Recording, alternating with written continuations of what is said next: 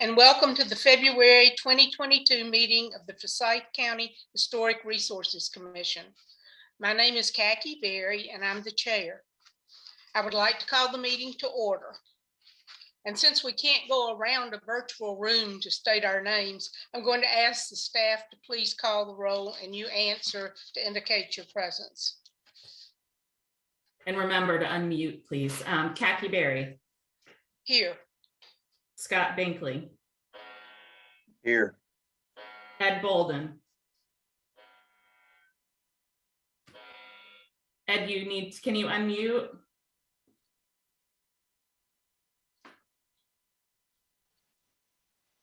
Here. Thank you. Chad Gadberry. Present. Emma Haney. No. CJ Idle. Here. Veronica Crom. Here. Leanne Pegram. Here. Noah Reynolds. Janet Schill. Here.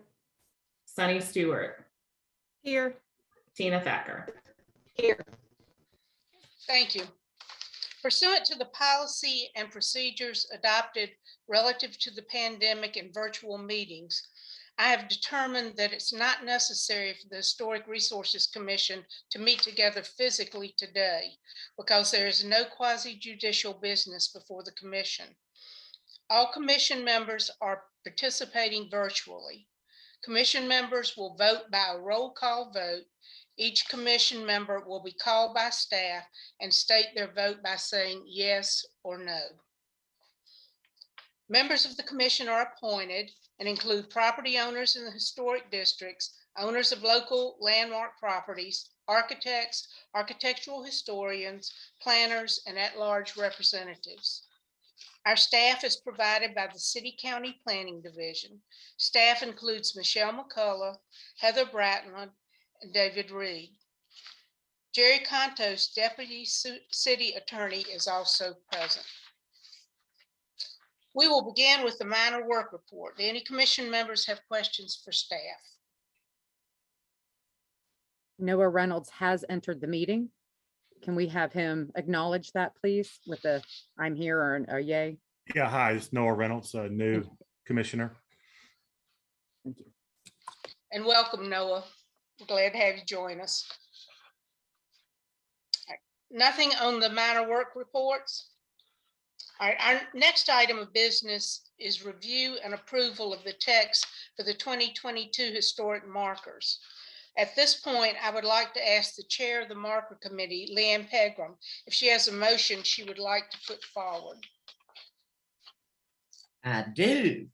I move that we continue consideration of the text for the Alta Vista historic marker until March the 2nd, 2022, because we just this week received feedback on the text from the applicants that we have not had sufficient time to review and consider. All right, Ms. Pegram has made a motion to continue consideration of the Alta Vista marker text until March 2nd, 2022. Is there a second? I second. Second. Okay, who was that? Who seconded? I second Janet Schill. I think Okay. 3 of us seconded. All right, I'll give it to you, Janet, since you spoke up. Ms. Schill has seconded the motion. Will the staff please call the roll? Khaki Berry. Yes. Scott Binkley. Yes. Ed Bolden. Let's see if I can unmute you, Ed. Yes. Thank you. Chad Gadberry. Yes. CJ Idle. Yes. Veronica Crom.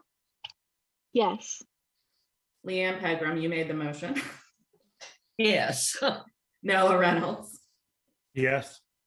Janet Schill. Yes. Sunny Stewart. Yep. And Tina Thacker. Yes. Okay. All right, the motion passes. All right, Leanne, I would ask that staff review the 4 remaining marker texts before we go for approval of them. That sounds great.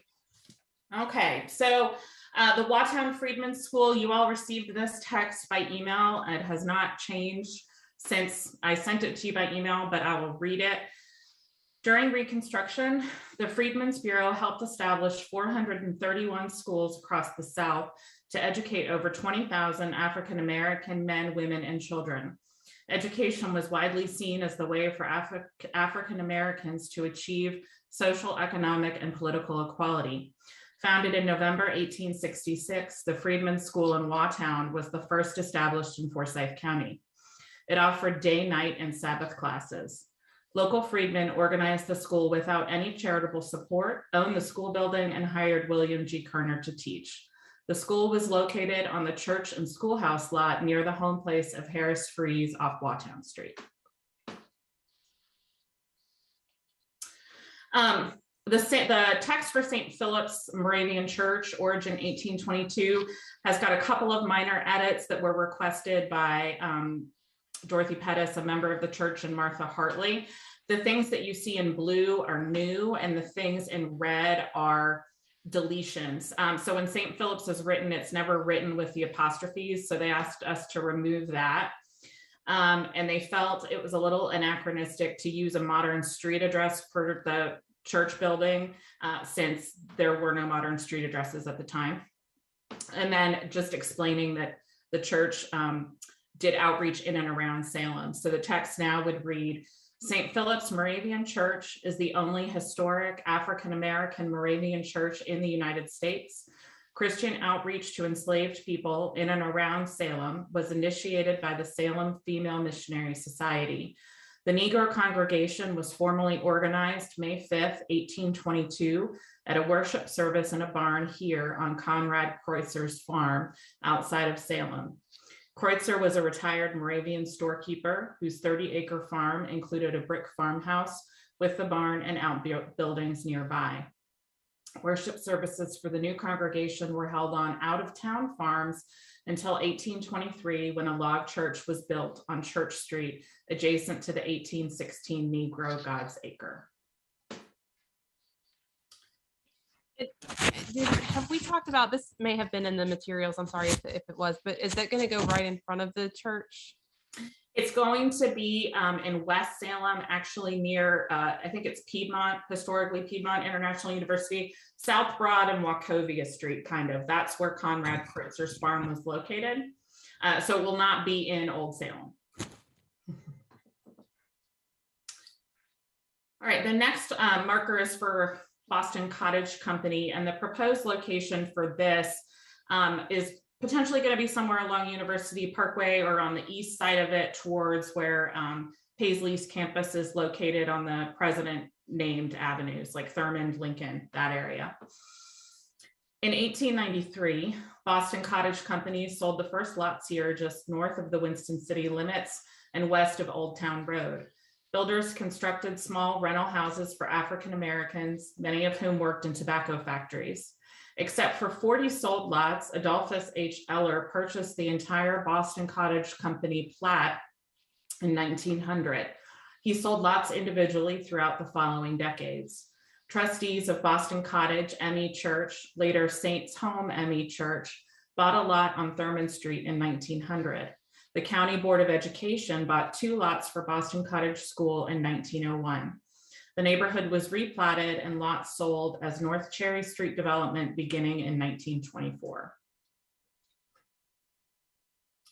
Okay, the next is Alta Vista, which we've continued. And then our final marker is Tanglewood Farm. William Neal Reynolds, president of R.J. Reynolds Tobacco Company, assembled Tanglewood Farm in 1921.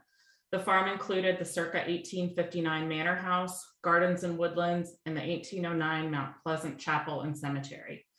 Outbuildings, a racetrack, and grandstand supported Reynolds' standard-bred horse breeding and harness racing. After his death in 1951, Tanglewood was developed into a public park according to plans by Elwood Allen. Robert Trent Jones designed the championship golf course, which opened in 1958. After closure of public accommodations, following passage of the Civil Rights Act of 1964, Tanglewood was integrated in 1971 and sold to Forsyth County in 1977.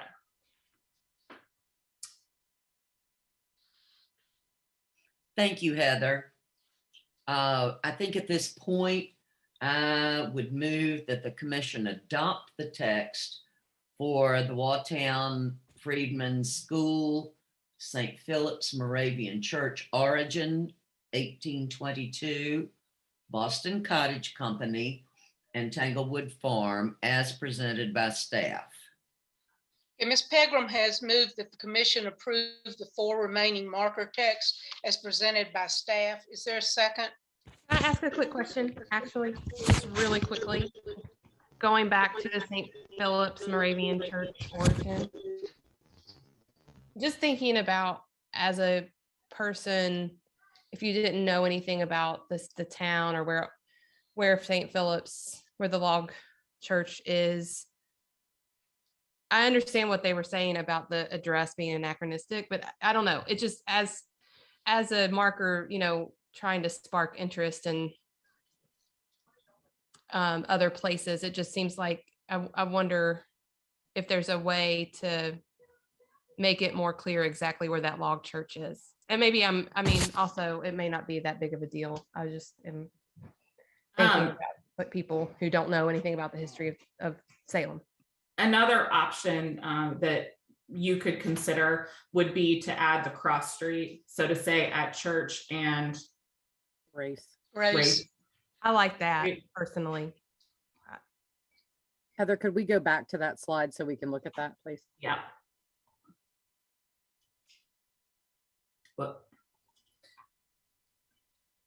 Whoops. I can't edit it. I was like, oh, I'll type in there, but no, it's in present mode, so I can't do that.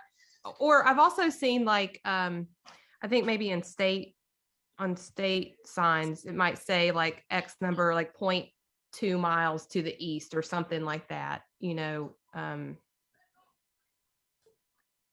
That's always been very confusing for me. I don't know that. I couldn't tell you which way east was, Leanne. I know, exactly. Some people can't. So, make more sense to me too. It would make more sense to me to say church and race. Yeah, I think that would be great. And if, to make it even clearer, could we also add Church and Race Street located in the Old Salem Historic District? If there were enough characters, is it? No. That would be too long. We only have 15 characters left, so we can fit, probably was built at Church and Race Streets, adjacent to the 1816 Negro God's Acre, but we can't fit the Old Salem reference. Yeah, my math was way off. That's why I am in history. All right, so I think we need a new motion then, if you all want to revise this one. I can revise. Yeah, I'll revise my original motion to say to change the St. Philip's Moravian Church origin 1822 to reflect the language that the log church was built on Church Street and Race Street. Okay, Ms. Pegram has moved that the commission approve the 4 remaining marker texts with the revision to St. Philip's Moravian Church. Is there a second? Our second, Sunny. Okay. Ms. Stewart has seconded the motion. Will staff please call the roll? Jackie Berry. Yes. Scott Binkley. Yes. Ed Bolden. Yes. Chad Gadberry. Yes. No Emma, correct? CJ Idle. Yes. Veronica Crum. Yes. Leanne Pegram. Yes. Noah Reynolds. Yes. Janet Schill. Yes. Sunny Stewart. Yes. And Tina Thacker. Yes. Okay.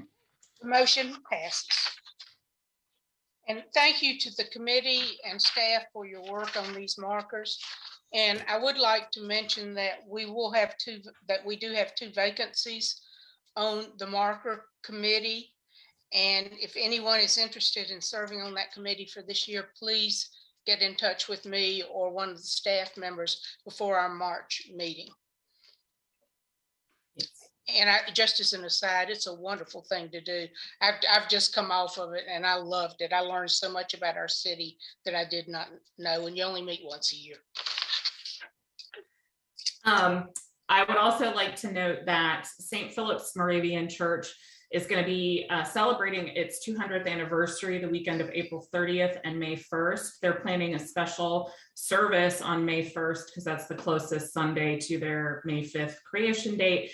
And they've requested that we hold the marker unveiling on Saturday, April 30th, which is what we are aiming for. So please mark your calendars for that marker unveiling on Saturday, April 30th. All right, our next item of business is the staff report. I don't think I have anything, Michelle. No, we can just wait till next month. Well, is there anything for the good of the order?